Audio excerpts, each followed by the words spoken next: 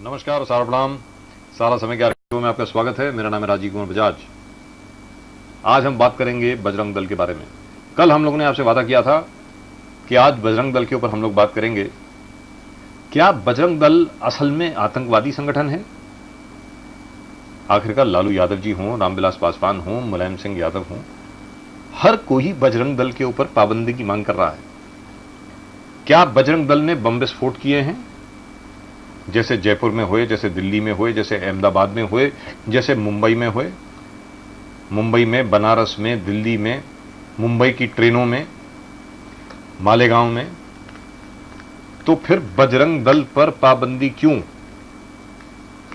और ओडिशा में जो दंगा हुआ, क्या वास्तविकता में उसके लिए बजरंग दल रिस्पॉन्सिबल है, जिम्मेवार क्या बजरंग दल है?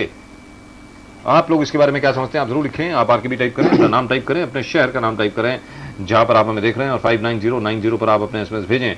क्या बजरंग दल पर पाबंदी होनी चाहिए? क्या बजरंग दल और सिमी में कोई फर्क नहीं है? क्या बजरंग दल भी अल कायदा जैसा संगठन है? क्या बजरंग दल ने न्यूयॉर्क के वर्ल्ड ट्रेड सेंटर जैसा कोई कांड किया है? क्या इन्होंने बम विस्फोट में हजारों निर्दोषों को मारा है? यह है सवाल। आप इसके बारे में क्या समझते हैं? आप जरूर लिखें। आप आरकेबी टाइप करें, अपना नाम टाइप करें, अपने शहर का नाम टाइप करें जहां पर आप हमें देख रहे हैं, और 59090 पर आप अपने एसएमएस भेजें। Now let's take a look at the headlines. Bajrang Dal के बारे में तो हम बात करेंगे ही, साथ में आपको एक अच्छी खबर भी दे दें। जहां तक अमिताभ बच्चन साहब का सवाल है, अमिताभ बच्चन जी की तबीयत बिल्कुल सामान्य है, सारे टेस्ट बिल्कुल ठीक ठाक हैं।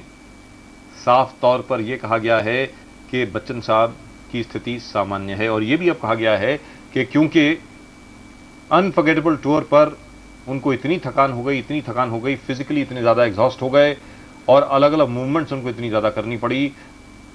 जो इंसिजन हर्निया उनका पहले से ही था, कूली में चोट लगने के बाद, और उसके बाद जो सर्जरी हुई, अंदर जो जख्म पूरी तरह भरा नहीं था, वो और ज्यादा एग्रेवेट हो गया, और शायद इस वजह से वो और बीमार पड़ गए। उसके बारे में बात करेंगे। थोड़ी देर के बाद हम जरूर जाएंगे हमारे संवाददाता मुबारक शेख के पास, लीलावती अस्पताल में।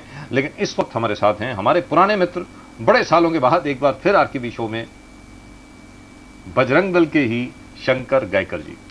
शंकर गायकर जी, बहुत बहुत धन्यवाद आपका यहां पर आने के लिए। Thank you so much. बड़े सालों के बाद आप मिल रहे हैं। बिल्कुल। लेकिन बहुत बहुत शुक्रिया आपका कि आप यहां पर आए। शंकर गायकर साहब, अब तो आपका संगठन आतंकवादी हो ही गया है। लालू जी ने कह दिया कि आप आतंकवादी हैं, रामविलास पासवान जी भी कहते हैं आप आतंकवादी हैं, मुलायम सिंह यादव जी भी कहते हैं आप आतंकवादी हैं, सभी लोग कह रहे हैं कि आप आतंकवादी हैं। क्या आप आतंकवादी हैं? आप आतंक फैलाते हैं, निर्दोषों का कत्ल करते हैं, ट्रेनों में बम ब्लास्ट करते हैं, जैसे जयपुर में, अहमदाबाद में, बनारस में, दिल्ली में, मुंबई में बम ब्लास्ट हुए, वैसे आपने जरूर करवाए होंगे बम ब्लास्ट। ऐसा है कि ये जिन्होंने हम पर ये आरोप किया है, ये आरोप करने वालों ने एक बार अपने गिरबान में झांक कर देखना चाहिए कि हम किस प्रकार की बातें कर रहे हैं और किसी के ऊपर ये आरोप का हम क्रम चला रहे हैं। लालू प्रसाद यादव, मुलायम सिंह, ये जितने भी, पासवान जी, ये सारे जितने भी नेता हैं, इन्होंने एक बार उन्होंने किए हुए कांड के ऊपर अगर वो नजर डालते हैं तो उन्होंने किस प्रकार के लोग निर्माण किए हैं, और फिर वो बता सकते हैं कि आतंकवादी कौन है। जो यूपी, बिहार, इस प्रकार के जो राज्य उनके पास है, उस राज्य की स्थिति देखते हुए वहां पर आज हर दिन हजारों लोग मर रहे हैं। इनको विकास की केवल बात करते हैं, सत्ता का केवल ये लोभी है और भोगी है, इनको देश की पड़ी नहीं है। केवल वोटिंग के ऊपर ध्यान रखते हुए ये लोग इस प्रकार की घटिया से घटिया स्टेटमेंट कर रहे हैं और लोगों को गुमराह करने का ये क्रम उन्होंने जारी रखा है। यानी आप आतंकवादी नहीं हैं? बिल्कुल हम आतंकवादी, अगर आप जिस प्रकार की मेरे से प्रश्न पूछ रहे हैं, ये प्रश्न उनसे भी आपने पूछना चाहिए। बिल्कुल। और केवल मेरा कहना यह है कि आप जिस प्रकार से सारे शहरों का नाम बताया है, आज केवल ये आतंकवाद केवल हिंदुस्तान के अंदर ही नहीं, तो आज पूरा विश्व जो है आतंकवाद के बारूद के ऊपर बैठा है। और पूरे वर्ल्ड में आज जो आतंकवाद का ये बहुत बड़ा क्रम जारी है, बहुत बड़े पैमाने पर आतंकवाद ये हो रहा है, इसके पीछे जो लोग हैं वो आज इनको सपोर्ट करने वाले और आतंकवादी निर्माण करने वाले, फैक्ट्रियां निर्माण करने वाले, इस देश के अंदर कत्ल खाना खुलवाने वाले कौन है? तो यही लोग हैं जो हम पर आरोप कर रहे हैं। और इन्होंने स्पष्ट करना चाहिए कि हमने कहां पर ब्लास्ट किए, हमने कहां पर लोगों को मारा, हमने कहां पर लोगों को इस प्रकार से बम स्फोट के कारण इस देश को ठेस पहुंचाई। अपने देश को कोई नहीं ठेस पहुंचाता, ये देश हमारा है। और अपने देश को, मैं ये नहीं कहता हूं, ये देश पूरे देशवासियों का, हम देश में रहते, ये देश भी हमारा है। अपने देश के ऊपर कोई उंगली नहीं लगाता, कोई ऐसा उसको खरोच नहीं आने देता। और जब जब ये बात आई है तो बजरंग दल पहले क्रमांक से पहले पंक्ति में खड़ा हुआ, शहादत भी बजरंग दल ने दी है।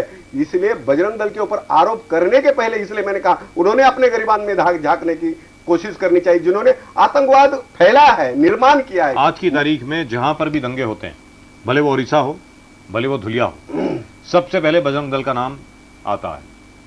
ओडिशा में यह कहा जा रहा है कि आप लोगों ने दंगे किए, ईसाइयों को आपने मारा, गिरजा घरों पर आपने आग जलाई। ये कहा गया कि 65 से ज्यादा ईसाइयों का कत्ल आपने किया। धुलिया में अभी अभी जो दंगे हुए उसको लेकर भी ये कहा गया कि बजरंग दल के लोगों ने ही दंगे फैलाए हैं, ऐसा कहा गया है। मैं एक नाम शायद मैं भूल गया था बोलना आपको, अबू आसिम आजमी साहब भी हैं जो बिल्कुल अग्रसर हैं आपके ऊपर बैन डिमांड करने के लिए। क्या ओडिशा में आपने दंगा फैलाया? आपने ओडिशा में दंगा किया? क्या आपने ईसाइयों को जान से मारा? ऐसा है, ओडिशा में जिन लोगों ने उनको मारा है वो एक बार उन्होंने देखना चाहिए। जिन लोगों ने उनको मारा है वो सारे आदिवासी हैं, उसी क्षेत्र के उनके भाई बहन हैं जिन्होंने उनके ऊपर प्रति हमला किया है। वहां पर बजरंग दल कहां पर है? एक बात। और जिस सेवा के आड़ में जिन लोगों के इन्होंने कई सालों तक सेवा की, आज इस प्रकार की ये सारी घटना उनके ऊपर क्यों हो गई? अगर आप इस प्रकार का काम नहीं करते, वहां के लोगों के बीच में जाकर सेवा के माध्यम से उनके हृदय का धर्मांतरण नहीं करते, उनके अंदर फूट नहीं डालते, तो वो लोग कभी भी इस प्रकार का हादसा कभी नहीं होता। ये मूलतः हादसा करने वाले जो लोग हैं, ये जो लोग हैं वही वो लोग हैं जो सेवा के आड़ में, सेवा के रूप में जो व्यक्ति को तोड़ रहे, परिवार को तोड़ रहे हैं, जिनका सालों सालों से स्नेह संबंध है, इस देश के सांस्कृतिक विरासत जिनके साथ जुड़ी है, ये सांस्कृतिक विरासत तोड़ने का काम किया है। जब घर टूटेगा और वहां पर आप क्रॉस के नाम पर क्या जरूरत है? Right now, as far as we are concerned, we are really sorry. We apologize to our viewers. हम अपने दर्शकों से क्षमा मांगते हैं कि ओडिशा के दृश्य हम किसी कारणवश आपको दिखा नहीं पा रहे। ये जो आपके सामने दृश्य चल रहे हैं, ये विजयदशमी वाले दिन शस्त्र पूजा जो होती है, ये वो दृश्य थे अभी तक। एक बार फिर आपसे क्षमा मांगते हैं, किसी कारणवश ओडिशा में जो हिंसा हुई उसके दृश्य हम आपको नहीं दिखा पा रहे हैं। We will try and show them to you of course. Shankar Gaykar ji हमारे साथ ही रहेंगे। और जहां तक आप लोगों का सवाल है, एक बार फिर आपसे जानना चाहेंगे, क्या बजरंग दल आतंकवादी संगठन है? क्या बजरंग दल पर पाबंदी होनी चाहिए? क्या बजरंग दल ने अलग अलग जगह पर बम ब्लास्ट किए हैं? क्या कश्मीर में बजरंग दल हर रोज बम ब्लास्ट करके ना जाने कितने सैनिकों को रोज मार रहा है? यह सवाल आप आगे भी टाइप करें, अपना नाम टाइप करें, अपने शहर का नाम टाइप करें जहां पर आप हमें देख रहे हैं, और 59090 पर आप अपने एसएमएस भेजें, क्या बजरंग दल पर पाबंदी होनी चाहिए? यह सवाल।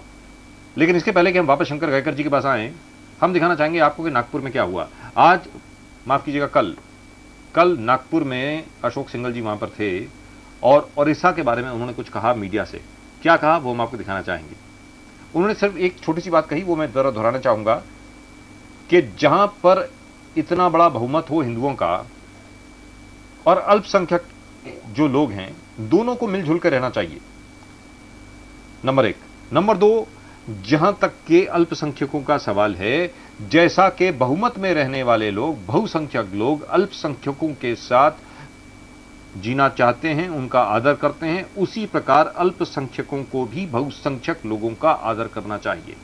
आपके मुताबिक क्या ईसाई धर्म के लोग, क्या मुसलमान हिंदुओं का आदर नहीं करते?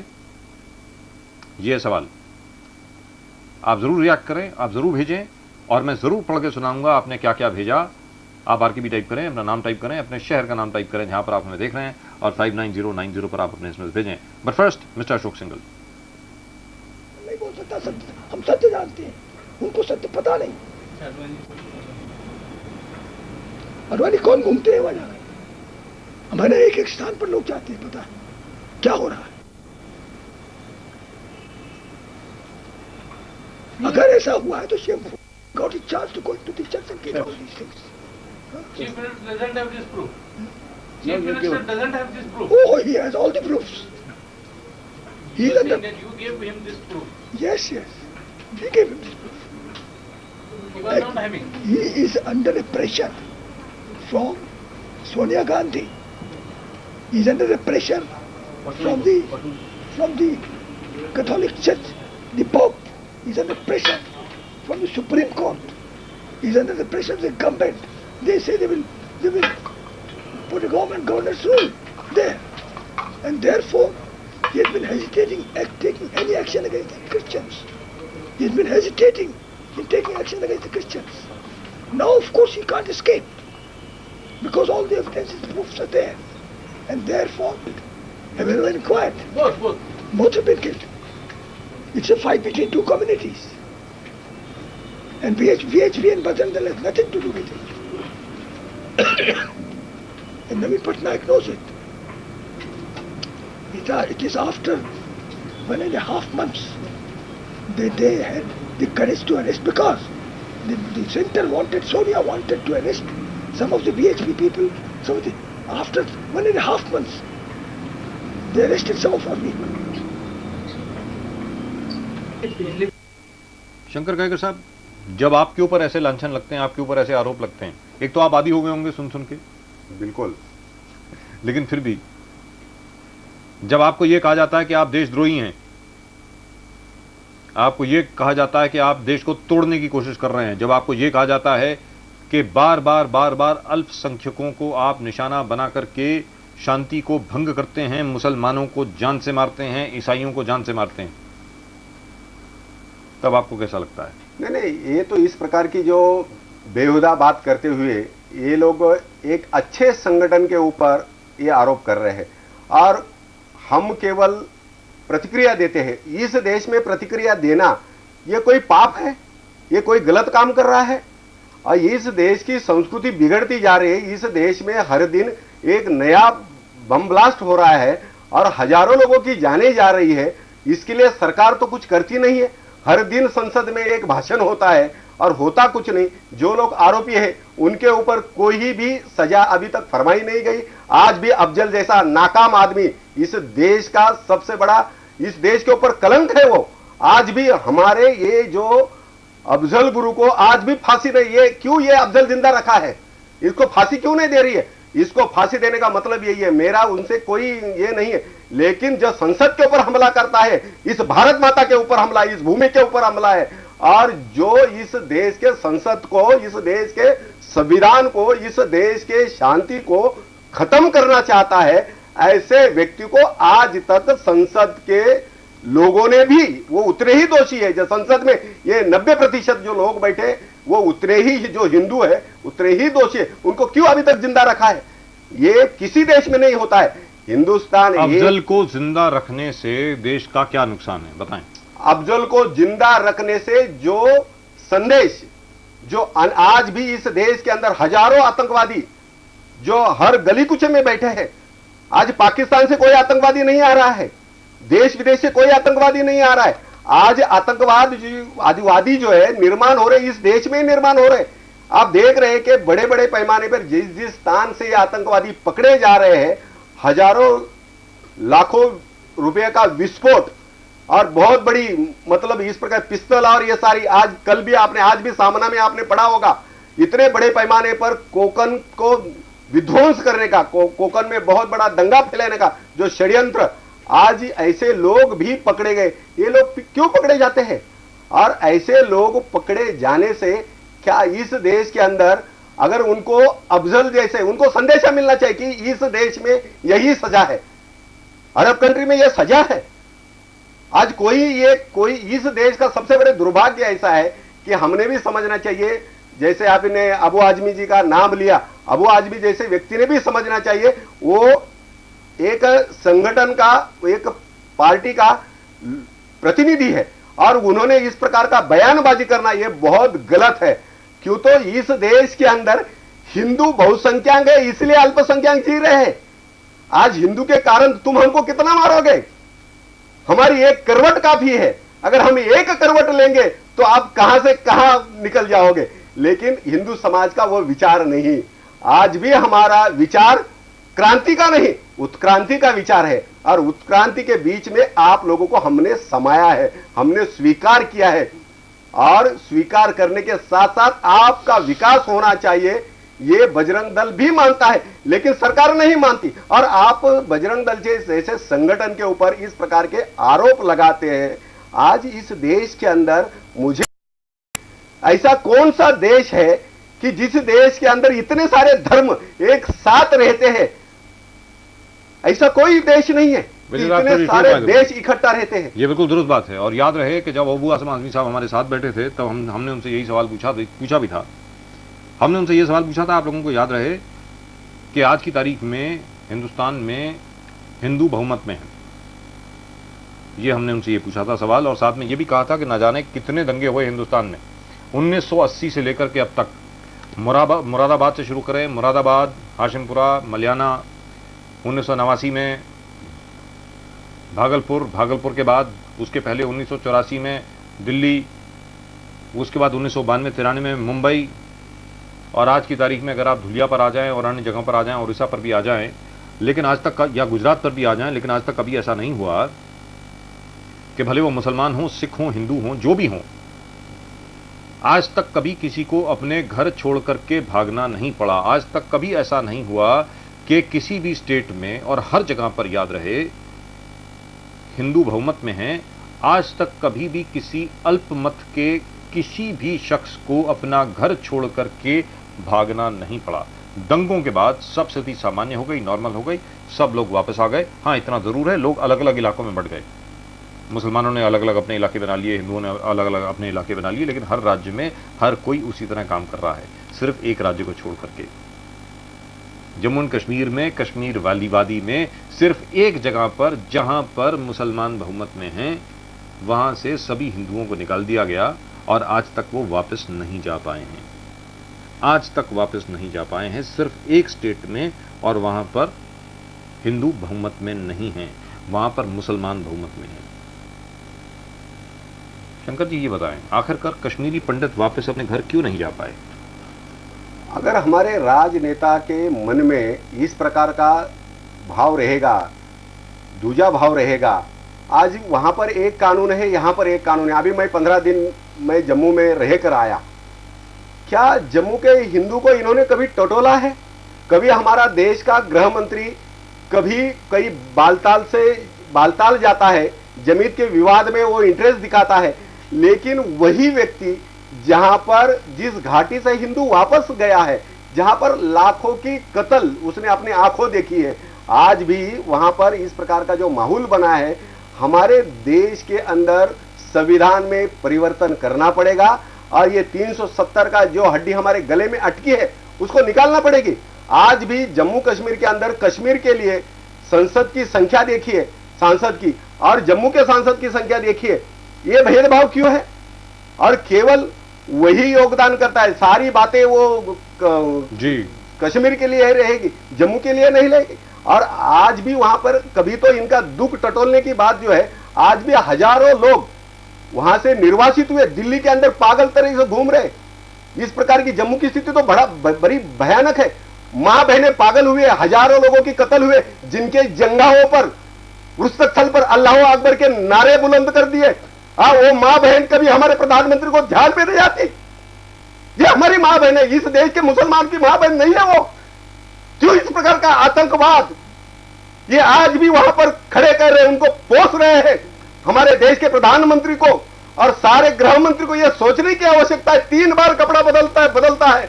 मैं कुछ बातें बहुत संयमित कहता हूं, लेकिन मेरे मन में भले जम्मू मेरे से कहीं दूर होगा, लेकिन जम्मू कश्मीर मेरा है, ये बजरंग दल का वादा है। और जब तक बजरंग दल इस देश में रहेगा, हम जम्मू कश्मीर के लिए हम 4 साल ने हजारों साल युद्ध करेंगे। ये आपसे मेरा भी वादा है। जम्मू कश्मीर के लिए हम 4 साल नहीं हजारों साल युद्ध करेंगे, ये बजरंग दल का वादा है, ऐसा शंकर कायकर जी ने कहा है। यहां पर यह बात रही कि जहां तक हिंदुस्तान का सवाल है, हिंदुस्तान एक ऐसी जगह है जहां पर हर धर्म के लोग रहते हैं, हर कल्चर के लोग रहते हैं। और हाल ही में इसका एक और उदाहरण सामने आया। आज ही के दिन हम आपको बता दें, ईसाइयों के लिए बड़ा अच्छा दिन है आज। वेटिकन में पोप बेनेडिक्ट 16वें ने रोमन कैथोलिक चर्च में 4 पादरियों को संत की उपाधि से नवाजा। इन चारों में एक हैं भारत की सिस्टर अल्फोंसा। भव्य समारोह हुआ वेटिकन के रोमन कैथोलिक चर्च में और दिल्ली में ब्लेस्ड अल्फोंसाज चर्च में सैकड़ों कैथोलिक आर्च बिशप के नेतृत्व में होली मास में शामिल हुए। इस मौके पर आर्च बिशप उड़ीसा में हो रही घटनाओं पर बिना बोले नहीं रह सके।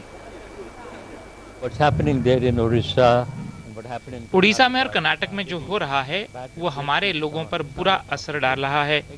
ये वो समूह कर रहा है जिसे हमारे संविधान पर भरोसा नहीं है। वो अपने तरीके से सोच रहे हैं, लेकिन वो पूरे तौर पर गलत रास्ते पर हैं। वो अल्पसंख्यकों के खिलाफ ही नहीं है, बल्कि वो भारत की जनता के भी खिलाफ हैं।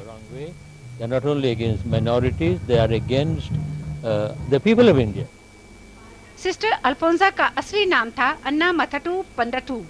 उनका जन्म 19 अगस्त 1910 को केरल के कुडामल्लूर में हुआ था। उनका 36 साल का जीवन तरह तरह के रोगों और कष्टों के बीच गुजरा, लेकिन उन्होंने कभी उफ तक नहीं की।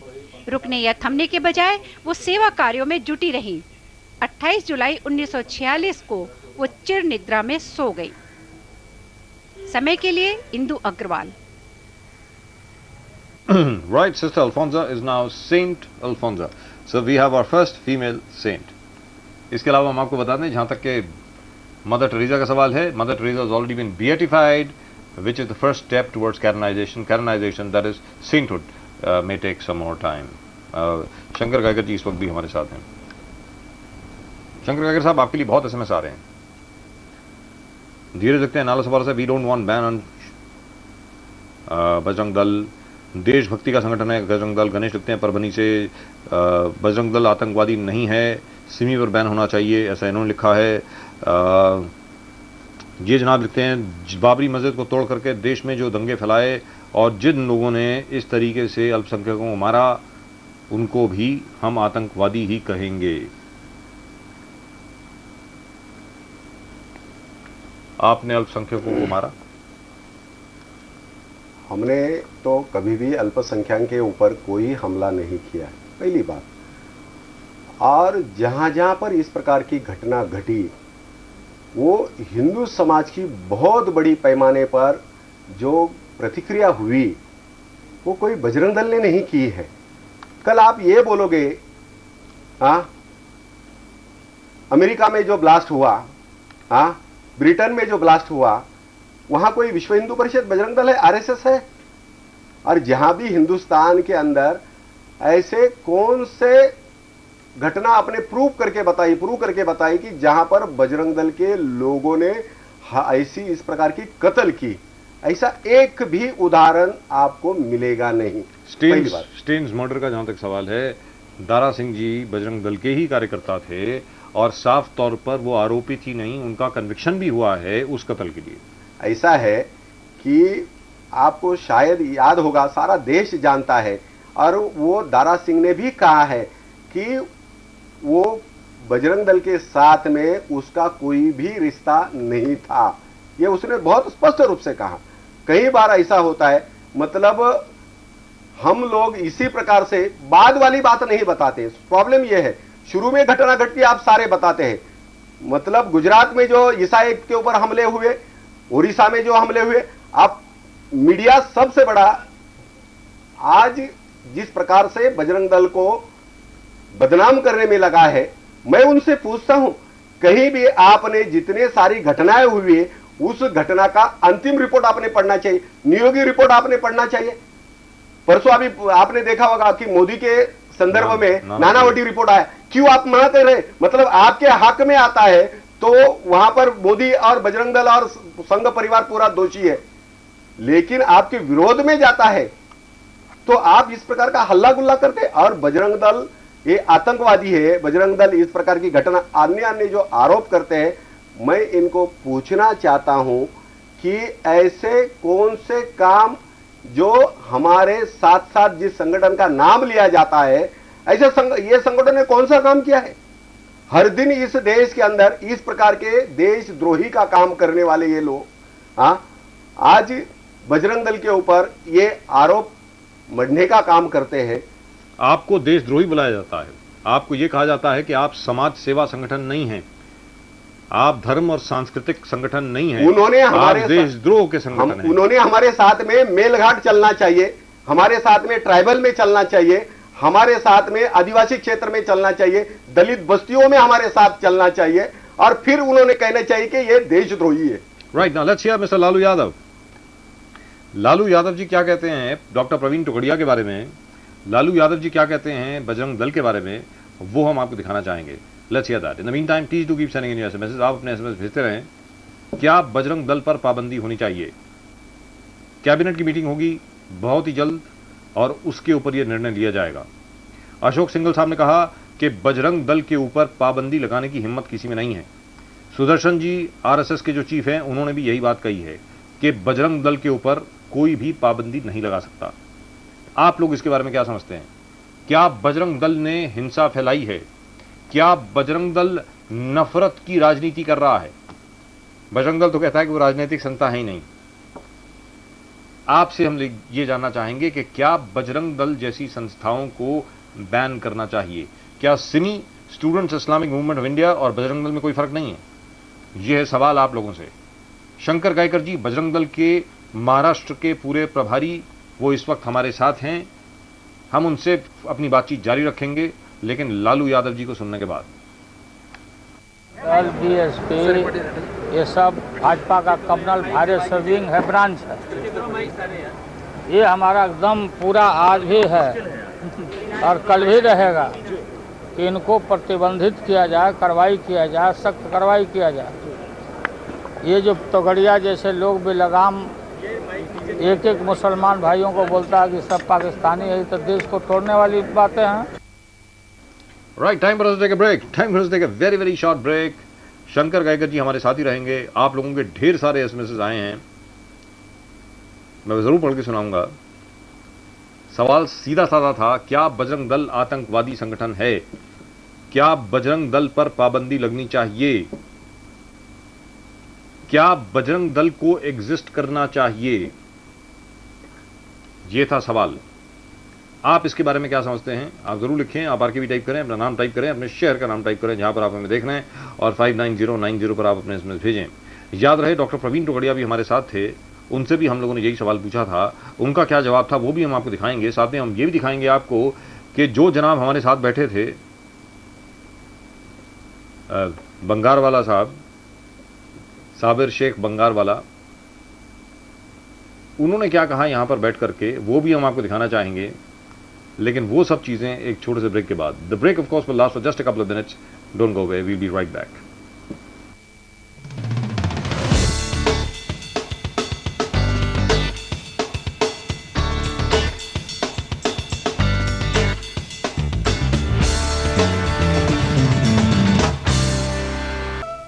Right, welcome back after the break. Break के बाद आपका फिर से स्वागत है। आप देख रहे हैं सारा समय का आरकेबी शो। मेरा नाम है राजीव कुमार बजाज, और एक बार फिर आपको बताते हैं अभी हमारे साथ है शंकर गायकर जी बजरंग दल के, और उनसे हम बात कर रहे हैं कि क्या वो आतंकवादी हैं? क्या उनका मकसद यही है कि सारे मुसलमानों को, सारे ईसाइयों को, सारे पारसियों को, सारे यहूदियों को, सारे बौद्धों को, जितने भी लोग गैर हिंदू हैं, क्या इनका मकसद यही है कि सबका कत्ल कर देना? हम उनसे ये पूछेंगे हेडलाइंस देखने के बाद।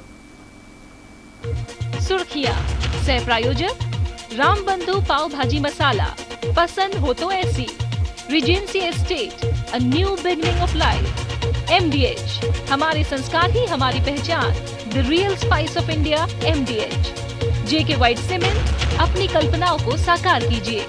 भारतीय स्टेट बैंक, सिर्फ बैंकिंग और कुछ नहीं। ओकाया बैटरी, ओकाया ट्यूबुलर का वादा, लाइफ डबल से भी ज्यादा। Microtek 1 kVA online UPS now at ₹11,990 only। Tide, बस आधा टाइड हो तो ज्यादा वाइट हो। और यूनियन बैंक ऑफ इंडिया, आपके सपने अब सिर्फ आपके नहीं। बिग बी की तबीयत में सुधार, अस्पताल से 2 दिनों में मिल जाएगी छुट्टी। अस्पताल में बिग बी का हाल जानने वालों का लगा तांता, सहारा सिरी भी पहुंचे तबीयत पूछने लीलावती। लालू यादव ने फिर की बजरंग दल पर पाबंदी की मांग, RSS BHP भड़के, कहा लगा कर दिखाओ पाबंदी। और बेंगलुरु टेस्ट में आया रोमांच, चौथे दिन खेल खत्म होने तक 5 विकेट पर 263 रन बनाया ऑस्ट्रेलिया ने। एक बार फिर आपको बता दें, अमिताभ बच्चन जी की सेहत पूरी तरह ठीक तो नहीं है, लेकिन फिर भी डॉक्टर्स का ये कहना है कि as far as mister Bachchan is concerned, nothing much to worry about, he will be fine, he will be absolutely fine. इसके अलावा शंकर गहकर जी अभी हमारे साथ हैं। शंकर गहकर जी, आपसे ये जानना चाहेंगे, क्या आपने कभी बतौर, आप अध्यक्ष हैं यहाँ के, प्रभारी हैं आप इस जगह के बजरंग दल के, क्या आपने कभी किसी को ये कहा है कि फलां फलां मुसलमान को या फलां फलां ईसाई को जान से मार दिया जाए? इस प्रकार की गलत बातें हम कभी नहीं करते। क्या किसी मुसलमान या किसी ईसाई को कभी आपने गाली दी है? क्या आपने ये कहा है कि मुसलमान देशभक्त नहीं है या ईसाई देशभक्त नहीं है? क्या कभी आपने ऐसा कहा है? बिल्कुल कभी भी नहीं कहा, और ये हमारे मन में ये विचार कभी आता ही नहीं है। हम लोग इस प्रकार की दृष्टिकोण कभी रखते भी नहीं है। लेकिन आपको भी आश्चर्य लगेगा, कई बार मैं किए हुए काम बताना गलत होता है। कहीं आज व्यक्तिगत मेरे जीवन में मैंने इस प्रकार के, एक हमारे ईसाई मित्र हैं, उनके बेटे को कैंसर हुआ, मैं और पत्नी उनके लिए प्रार्थना में बैठ गए। क्यों मेरे मन में यह भाव आता है?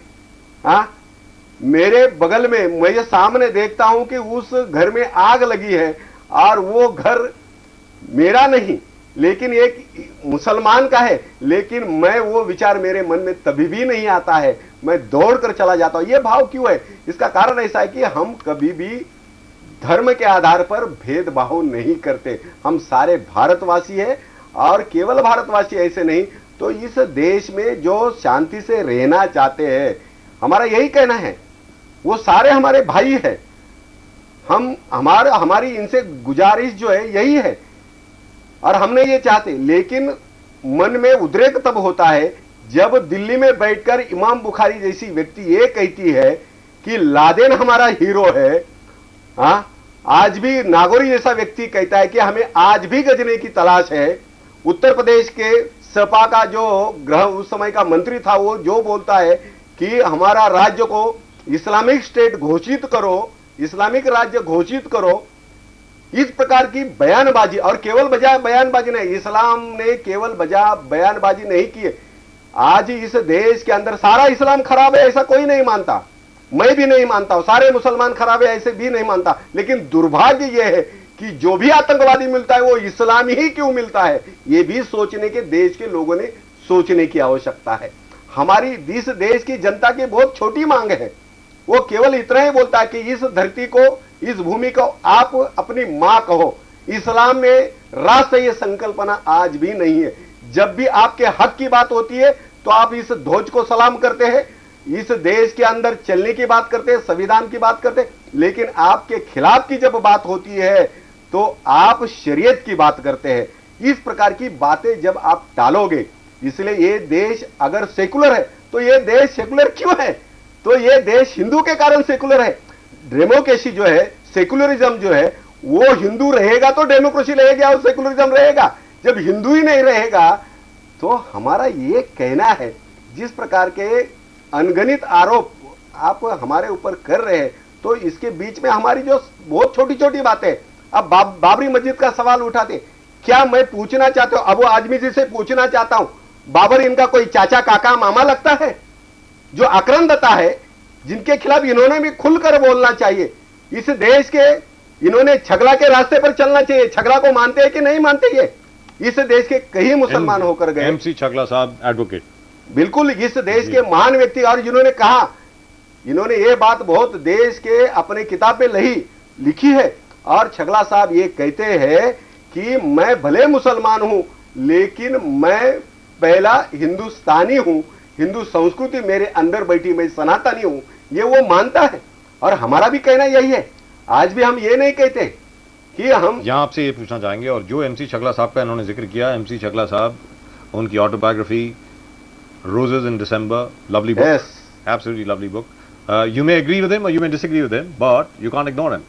But यहाँ आपसे जानना चाहेंगे, धुलिया में जो राइट्स हुए उसके लिए भी क्रेडिट आपको ही दिया जा रहा है.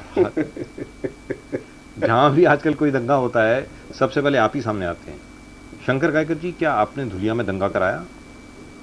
हम तो सामने इसलिए आते हैं क्यों, तो उसका कारण ऐसा है कि हम दुख दर्द में लोगों को बचाने का काम करते हैं, और ऐसे इसमें हम लोगों के बिल्कुल प्रथम पंक्ति में होते हैं. क्यों, तो आज जो ये हमले जो हो रहे हैं, ये जो व्यक्ति आपके भी स्टूडियो में आकर गया, जो रोने का ड्रामा करके गया, उसको पूछना चाहिए था क्या कारण है, आपने इस प्रकार की भाषणबाजी आपने क्यों की. जैसे थाना में राबड़ी में दंगा हुआ, राबड़ी के दंगे में आपने देखा होगा कि जिस व्यक्ति ने वहां पर दंगे करवाए, उस दंगाखोर को आज भी पूरी तरह से पुलिस वहां पर ये नहीं दे पा रही. जिस मंडप को जलाया गया, वो मंडप जो है, वो महिला ने खुद बताया कि मैंने स्वयं होकर, कोर्ट में उसने बताया कि मैंने बजरंग दल के लोगों को बुलाया, वो मदद के लिए बुलाया. हम प्रोटेक्शन की बात करते हैं तो हम दोषी हो जाते हैं. हाँ, मतलब हम केवल घंटा भी बजाते हैं तो पापी है, और तुम ढोल भी बजाते हो तो पुण्य का काम करते हो. लेकिन जहां तक आपका सवाल है, मैंगलोर के अंदर धुलिया की आपने बात की साहब, मेरा कहना है कि धुलिया में जो घटना घटी, उस घटना में इनको भाषण देने की क्या जरूरत है, सारे पोस्टर फाड़ने की क्या जरूरत है. और ये जितना भी मैं बोलता हूं, ये जितने भी दंगे होते हैं, आप हिंदुस्तान के दंगे का इतिहास उठाकर देखिए, और संसद के अंदर ये इतिहास रखा गया है, बाकायदा रखा गया है. और वो इतिहास ये बताता है, यशवंतराव शंकरराव चौहान के समय भी वो इतिहास अभी भी आपको मिलेगा. वहां पर बता कि 34 दंगे जो 8 महीने में या साल भर हुए, उसमें ये कहते हैं कि 34 में से 32 दंगे ये मुसलमानों ने किए. तो मेरा कहना है कि धुलिया के अंदर, मालेगांव के अंदर इस प्रकार के आपने हमारे ऊपर मालेगांव का दंगा हम पर थोप दिया, आखिर मिला कौन? हमारी भावना ये नहीं है, हम नहीं चाहते. क्यों, तो आखिर ये हमारी धरती है, ये हमारी मां है. एक बार फिर हम आपको बता दें, जिस रिपोर्ट की शंकर कायकर जी बात कर रहे हैं, वो रिपोर्ट शंकरराव चौहान साहब जब गृह मंत्री हुआ करते थे तब उन्होंने संसद में पेश की थी, और ये गृह मंत्रालय की रिपोर्ट है उस वक्त की कि 34 दंगों में से 32 दंगों में अल्पसंख्यक अग्रसर थे. हाँ, इतना जरूर है कि मरने वाले भी अल्पसंख्यक ज्यादा थे. बाद में मरने वाले अल्पसंख्यक इसलिए ज्यादा थे क्योंकि जब वहां पुलिस पहुंची, पुलिस की फायरिंग हुई, पुलिस ने बल का इस्तेमाल किया, जिसकी वजह से अल्पसंख्यक मरे. लेकिन इतना जरूर है कि 32 दंगों में अल्पसंख्यकों पर उंगली जरूर उठाई गई है. ये तब की बात है, और ये बात भी हम आपको बता दें, ये बात कोई 1994-95 की बात है, जब शंकरराव चौहान साहब गृह मंत्री हुआ करते थे, केंद्र गृह मंत्री थे. लेकिन ये बताएं, जहां तक शरद पवार जी का सवाल है, शरद पवार जी ने भी आप पर उंगली उठाई है. शरद पवार जी ने भी ये कहा है कि बजरंग दल दंगाई है, बजरंग दल आतंकवादी है. उन्होंने तो भाजपा का भी नाम लिया ना, भारतीय जनता पार्टी, बजरंग दल, ये जितने भी जो सैफरन ब्रिगेड है, गेरुई ब्रिगेड है. नहीं, मैं अगर शरद पवार जी को पूछूं कि इतने बड़े पैमाने पर आप ये बात करते हो, आप जैसे व्यक्ति ने, एक राष्ट्रीय स्तर के नेता ने इस प्रकार की बात करना, ये बहुत बुरी बात है. मैं उनके प्रति कुछ गलत बात नहीं बोलूंगा, लेकिन मैं ये उनसे पूछना चाहता हूं, शरद पवार जी, आप इस देश के आज जिस प्रकार से कृषि मंत्री है, आज आपके महाराष्ट्र में ये आपकी कर्मभूमि है, आपकी ये जन्मभूमि है, इसने आपको दिल्ली भेजा, इसने आपको उस हिमालय का दर्शन करवाया, संसद में आप बैठे. आज आपको भी ये सोचने की आवश्यकता है, आप कृषि मंत्री होकर जो हजारों किसानों की जान आपने गंवाई, 5000 के ऊपर किसान मर गए, आज परसों भी 7 किसान मर गए, उसके लिए आपको दोषी नहीं कराया जाता। आपको आतंकवादी नहीं मैं बोल सकता हूं, क्यों तो आतंक फैलाया आपने, किसानों को, किसान कर्ज के अंदर डूब गया। सरकार आपके नेतृत्व में चल रही है महाराष्ट्र की, आप नेतृत्व कर रहे हैं, सरकार का मार्गदर्शन कर रहे हैं। शरद पवार जी ने यह सोचने की आवश्यकता कि इतने बड़े किसान मर गए, अगर मैं इस प्रकार का गलत एनालिसिस करूं तो क्या प्रश्न खड़ा होता है। इस प्रकार का विचार उन्होंने करने की आवश्यकता है। भारतीय जनता पार्टी के ऊपर उनको बोलने का कोई अधिकार नहीं है, लेकिन फिर भी वो टिप्पणी में यहां पर स्पष्टीकरण इसलिए को भारतीय जनता पार्टी के लोग उसके ऊपर स्पष्टीकरण देंगे। लेकिन आज इस प्रकार का नेतृत्व, जिस प्रकार के ये कांड हो रहे हैं, जिस प्रकार की घटना हो रही है, इसमें इन लोगों ने इसलिए नहीं जाना चाहिए। क्यों तो मेरा मानना ऐसा है, आज देश के अंदर कितने लोगों ने शरीयत पढ़ी है, कितने लोगों ने कुरान पढ़ा है, कितने लोगों ने बाइबल पढ़ी है। आज हमने कभी भी इस प्रकार के कोई गलत वाक्य नहीं किए। आज भी जहां पर आज भी देवी देवताओं के ऊपर जो आरोप होते हैं, आज उस प्रकार के आरोप हम नहीं करते। हमने कभी ये सवाल नहीं किया, हमने मोहम्मद साहब के ऊपर कोई गलत ऐसा सवाल खड़े नहीं किए, हमने मदर मेरी के खिलाफ कोई ऐसे गलत सवाल नहीं किए। आज जितने भी ताजिया उठते हैं, जितने भी संदल निकलते हैं, ये कितने महाराष्ट्र का इतिहास उठाकर देखिए और देश का भी इतिहास उठा के देखिए, जितनी भी चादरें चढ़ती है, कहां से, ख्वाजा नवाज, ये जो अजमेर शरीफ में आज भी जो वहां पर सजदानशीन है, सबसे बड़ा, और उस दिन मतलब शाकाहारी भोजन खिलाया जाता है और श्रद्धा से हजारों लाखों हिंदू जाते हैं। हमने कभी रोका नहीं है उनको, ये वास्तविकता है। हम भी आज साईं बाबा के दर्शन के लिए हजारों मुसलमान जाते हैं। मेरा कहना यही है, ये सारे जो हज से आते जो हाजी है, इनकी अकल ठिकाने पर लानी चाहिए और जो अच्छे मुसलमान को खराब कर रहे हैं, असल से अच्छे मुसलमान का दिमाग ये बिगाड़ने का काम कर रहे हैं, इनको आज समान, ये सारे हाजी है, जितने भी दंगा में आप इतिहास देखिए, ये जितने भी हज करके आते हैं, ये नया संदेश वहां से लेकर आते हैं।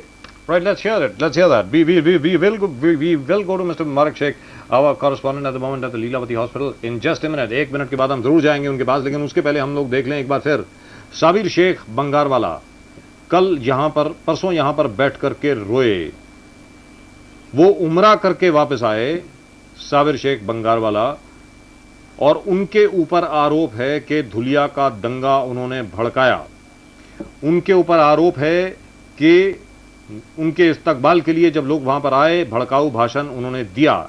उसके ऊपर आरोप यह है कि उनके किसी फॉलोअर ने एक हिंदू सुरक्षा समिति का पोस्टर था, वो उसने वहां फाड़ा। पहले देख लें साबिर शेख बंगारवाला को एक बार फिर। गलीज बस्ती के लोग इन्हीं रोटी के मोहताज है सर। आज भी पकड़ पकड़ के इन्हीं अभी शांति होने के बाद में भी पकड़ कर ले जा रहे हैं। अभी भी ले जा रहे हैं लोग, अभी भी ले जा रहे हैं। अभी भी मैं आज इन रास्ते में मेरे खबर आया कि अभी भी यानी बाबा नगर में से 15-20 छोकरों को मारते मारते गाड़ी में बैठा के लेके गए। कैसे शहर शांति होगा?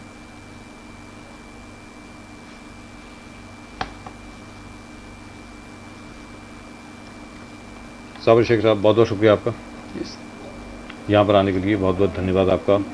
हम उम्मीद करते हैं कि जल्द से जल्द एक बार फिर शांति बहाल हो जाए। जी सर, बहुत बहुत धन्यवाद आपको, बहुत इन्हीं मालिक इन्हीं बहुत नवाजेगा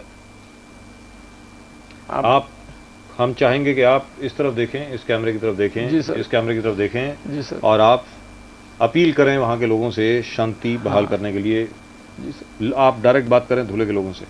मेरी धुलिया के आवाम से और धुलिया की जनता से मेरी हाथ जोड़ के विनती है कि एक मामूली से यानी कागज के ऊपर यानी ध्यान मत दो, अपनी रोजी रोजगार, अपने शहर पे ध्यान दो, अपने भविष्य को, अपने बच्चों पे ध्यान दो, शहर को ध्यान दो और शांतता रखो। भगवान खुदा के लिए आप लोगों से मेरी हाथ जोड़ के विनती है, शहर बर्बाद मत करो, बच्चों की रोजी की तरफ देखो, बच्चों की भविष्य मत बिगाड़ो। आने वाली नस्ल हम लोगों को नहीं क्षमा करेगी, अगर इनकी भविष्य बिगड़ गई तो बिगाड़ दिए सानी ये सत्ते के भेड़ियों ने। मेरी विनती है हाथ जोड़ के कि आप लोग अपने शहर में शांतता रखो।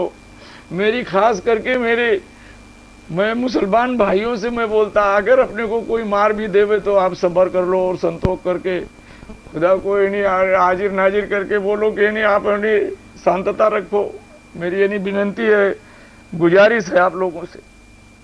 मैं इतना ही कह सकता, मेरी और कोई ताकत नहीं है, लेकिन मैं खुदा को नहीं जरूर कहूँगा कि ये खुदा, ये परवरदिगार, तू मेरे शहर को शांति रख। आप किसको जिम्मेवार ठहराएंगे?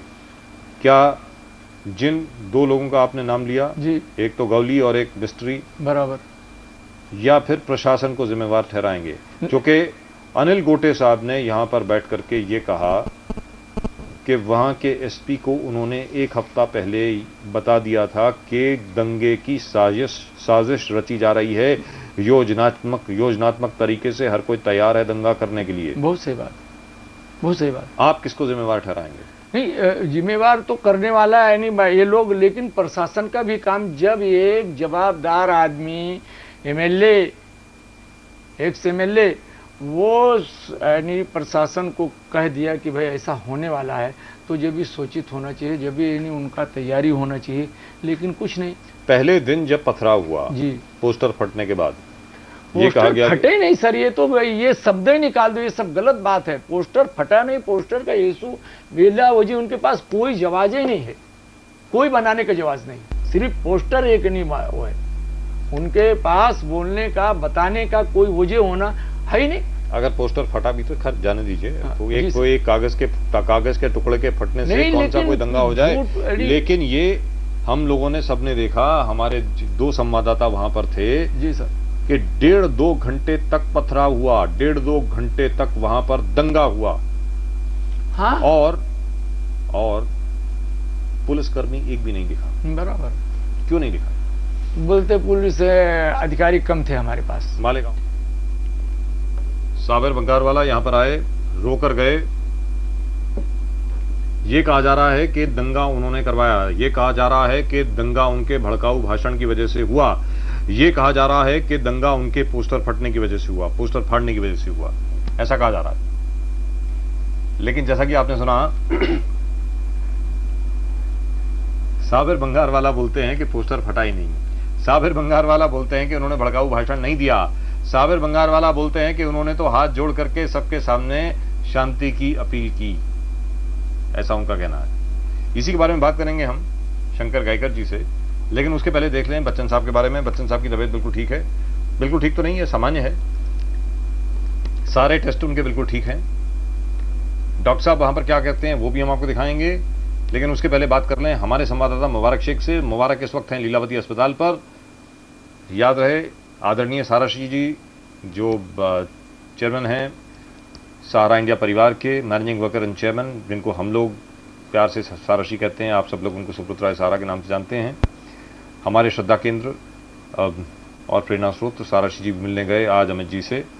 और इसके अलावा अन्य लोग भी वहाँ पर पहुँचे, टीनू आनंद हों, अभिषेक बच्चन, ऐश्वर्या राय बच्चन, जया बच्चन जी, तकरीबन सभी लोग वहाँ पर हैं। अब ये कहा जा रहा है कि हो सकता है क्योंकि अनफॉरगेटेबल टूर में बच्चन साहब ने इतनी ज़्यादा मशक्क़त की, इतनी ज़्यादा थकान उनको हो गई, शायद इस वजह से इनकी कंडीशन और एग्रेवेट हो गई। चलते हैं सीधा मुबारक शेख के पास।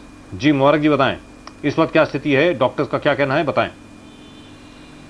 जी सर, ये बात बिल्कुल सही है कि डॉक्टरों का यही मानना है कि वो अपनी उम्र के 66 ईयर के बावजूद इतनी मेहनत करते हैं जितना एक जवान व्यक्ति भी नहीं कर पाता। तो उनके जो शेड्यूल के ऊपर बार बार डॉक्टरों ने कई कमेंट्स किया है, और हमेशा से, इससे पहले भी था, उस वक्त भी और अब की बार भी डॉक्टरों ने यही कहा है कि बच्चन साहब को केवल रेस्ट की ज़रूरत है, आराम की ज़रूरत है। कई बार ऐसा हुआ है कि दवाई पूरी तरह से असर नहीं कर पाती, उसकी वजह भी यही होती है कि यदि मरीज़ को दवाई दी जाती है और वो पूरी तरह से स्वस्थ नहीं हो पाते, उसकी वजह ये होती है कि वो उनको पूरा आराम नहीं मिल पाता, पूरी नींद नहीं मिल पाती।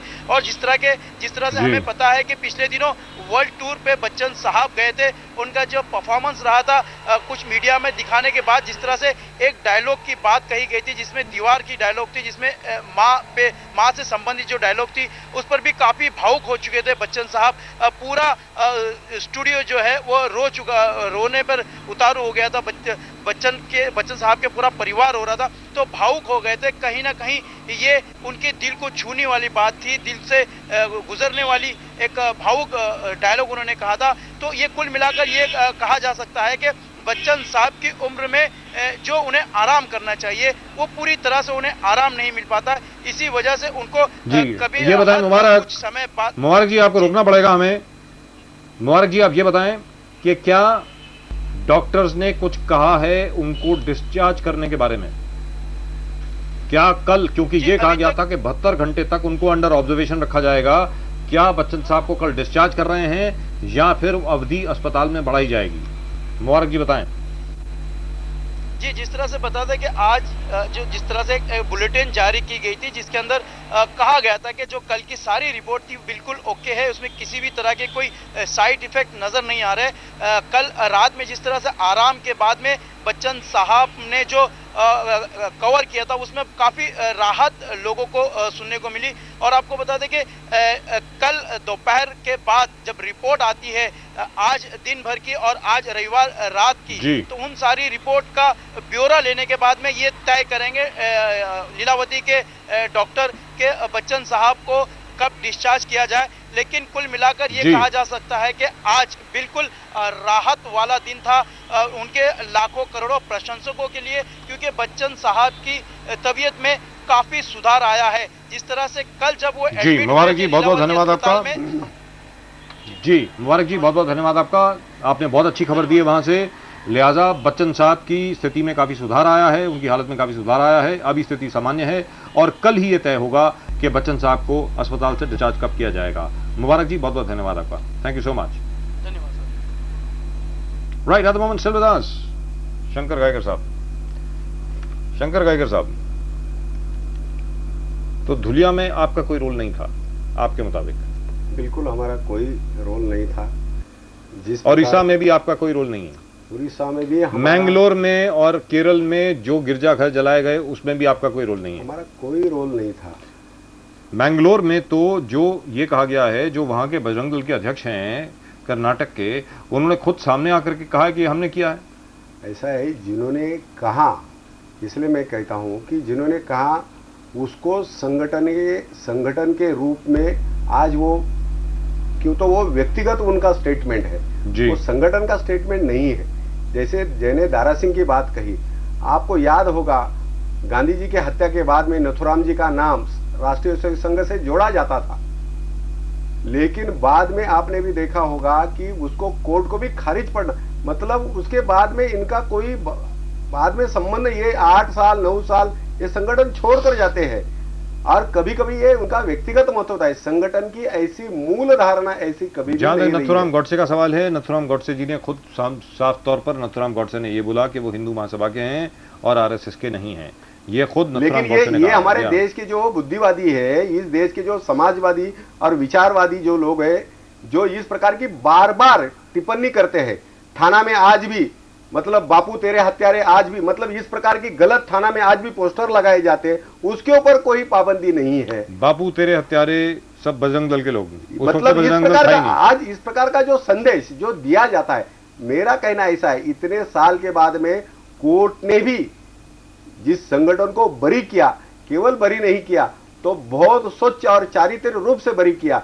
आज ऐसे संगठन के ऊपर, हम उनके अंश है, उनके अंग है, ऐसे संगठन के ऊपर इस प्रकार का गलत आरोप लगना, इसलिए मैंने कहा कि धुलिया में जो घटना घटी वो घटना इतनी दर्दनाक है। वहां पर हिंदू महिलाओं के बलात्कार हुआ, क्या शासन ने किया? इस शासन के अंदर महिलाओं का क्या स्थान है, कौन सा स्तर है इस शासन के अंदर? उन्होंने क्या किया उस बहनों के लिए?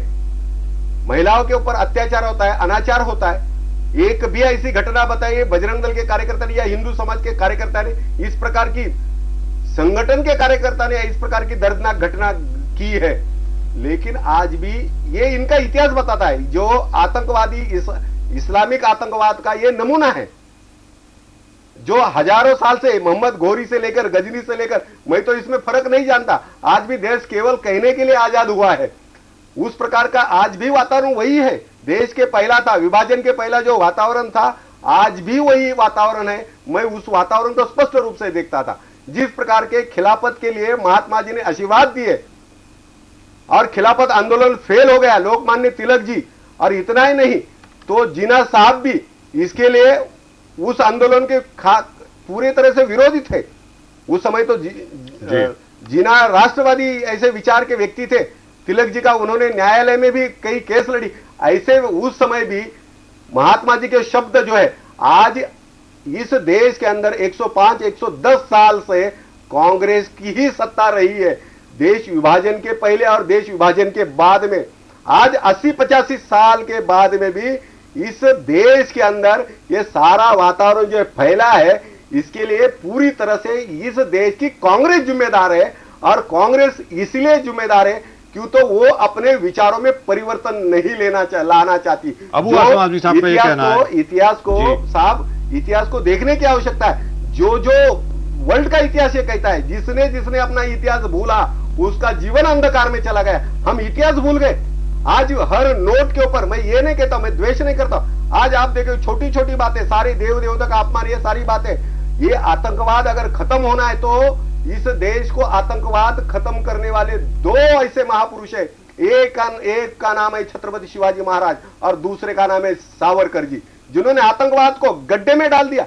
आज क्यों सरकार की बुद्धि नहीं होती कि एक नोट पर छत्रपति शिवाजी महाराज का फोटो छाप दे?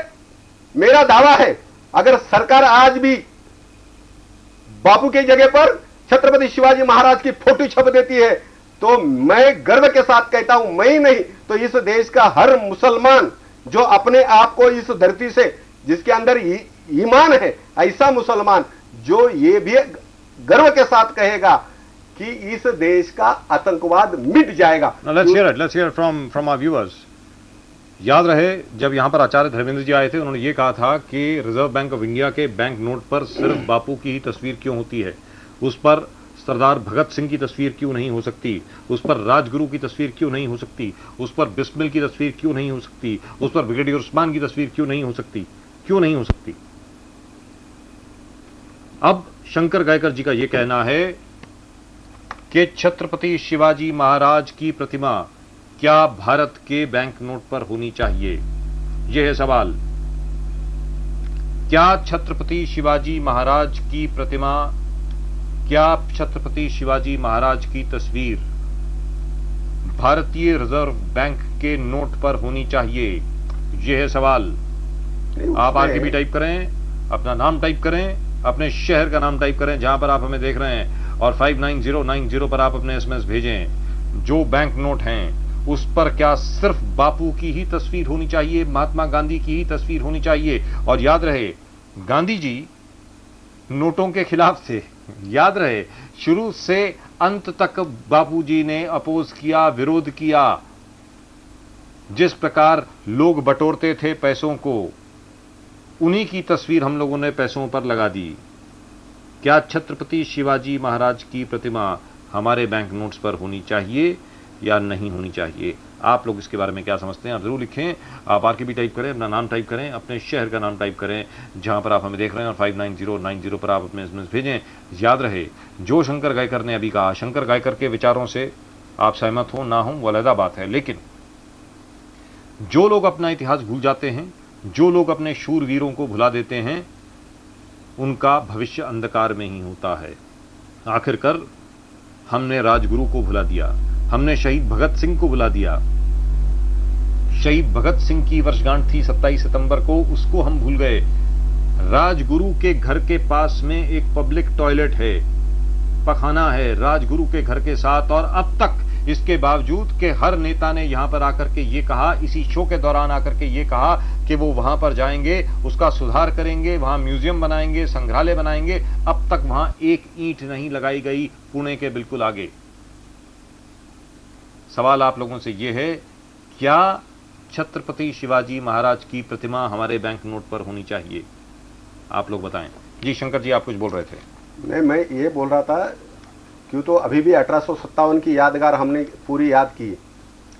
छत्रपति जी का नाम मैंने इसलिए लिया क्यों तो इस देश का इतिहास भूलने का क्रम जो है 1857 तक इस देश में बड़े पैमाने पर हिंदुओं के साथ में मुसलमानों ने भी बहुत बड़ा मतलब कई प्रमाण में सहभाग लिया, बल्कि ज्यादा और ज्यादा भी लिया। और आपको मालूम है जो दिल्ली का आखिरी बादशाह था जफर, बहादुर शाह जफर, उन्होंने मतलब जब ब्रिटिश ने उनको पकड़ा, अंग्रेजों ने उनको पकड़ के ये पूछा, उनको कहा 70-75 साल का बूढ़ा था और हिंदुस्तान का खून जिसके अंदर है ये अबू आजमी से लेकर सारे मुसलमानों ने सीखना चाहिए, उनका आदर करना चाहिए, इनका नाम ये लोग कभी नहीं लेते।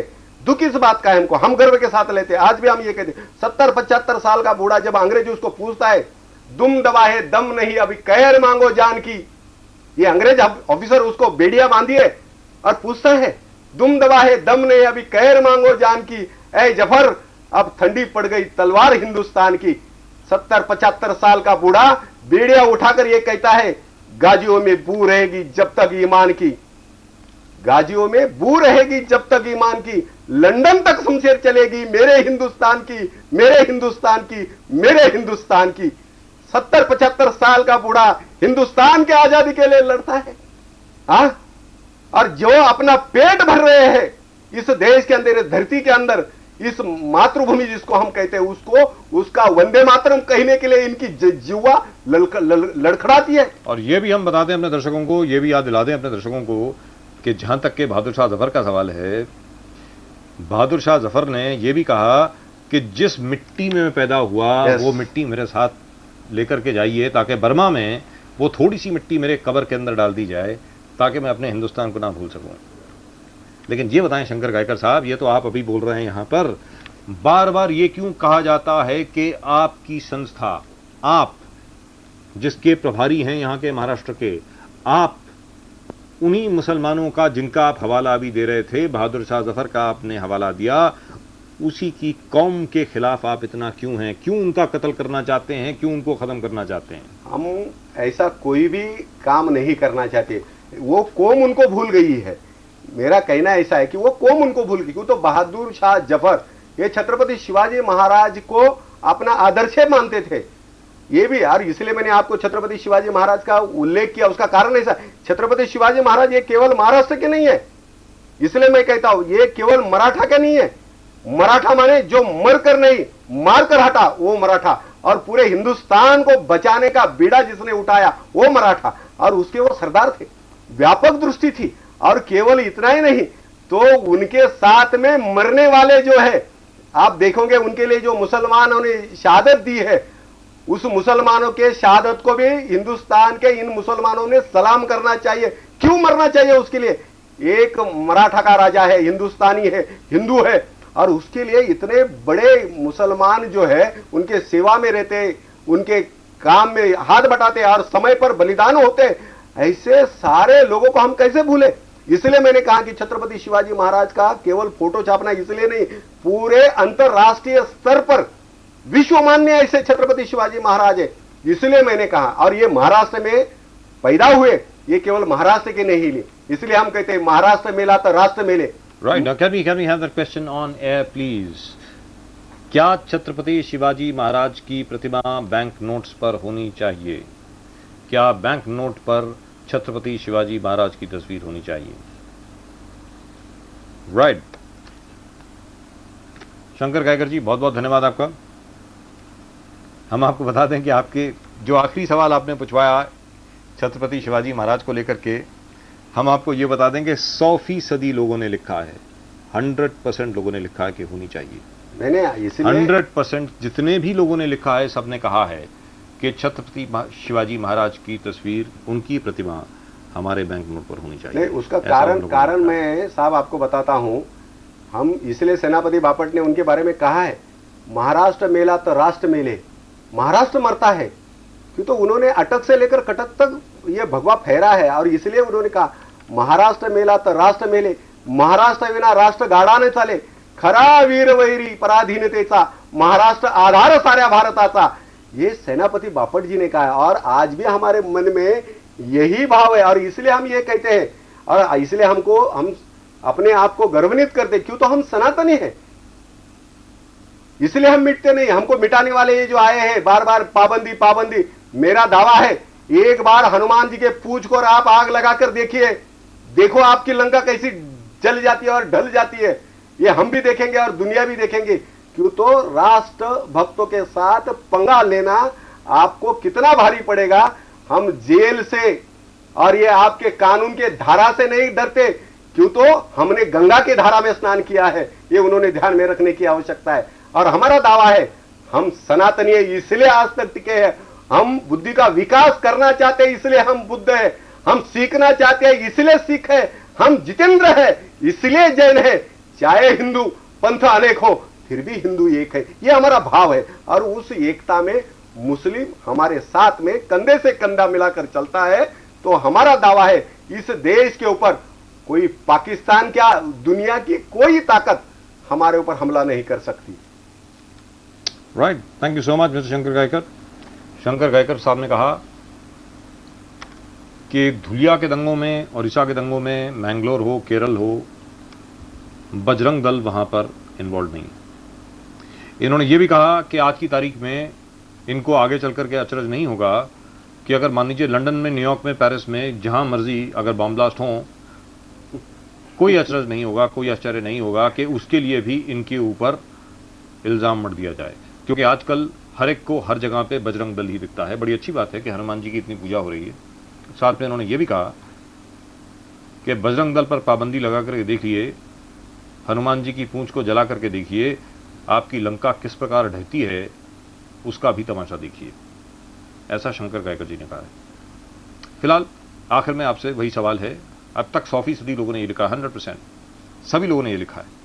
अभी तो मुझे तो एक भी SMS नहीं दिखा जिसने ये कहा हो कि ऐसा नहीं होना चाहिए। इन्होंने ये कहा है कि छत्रपति शिवाजी महाराज की प्रतिमा हमारे बैंक नोटों पर होनी चाहिए।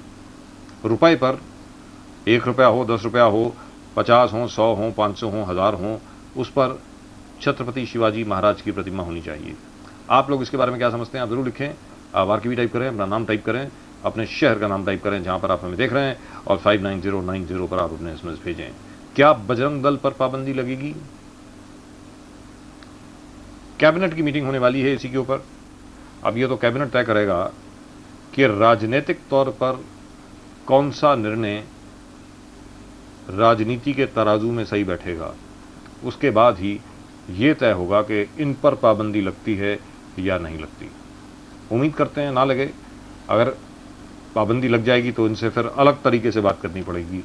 लेकिन फिलहाल एक बार फिर आपका बहुत बहुत धन्यवाद। Thank you so much. धन्यवाद। Right, that's all we got for you tonight RKB show. आप देखते रहें सारा समय। We'll of course be back with you tomorrow at 8 PM। तब तक के लिए नमस्कार और सारा प्रणाम। The RKB show.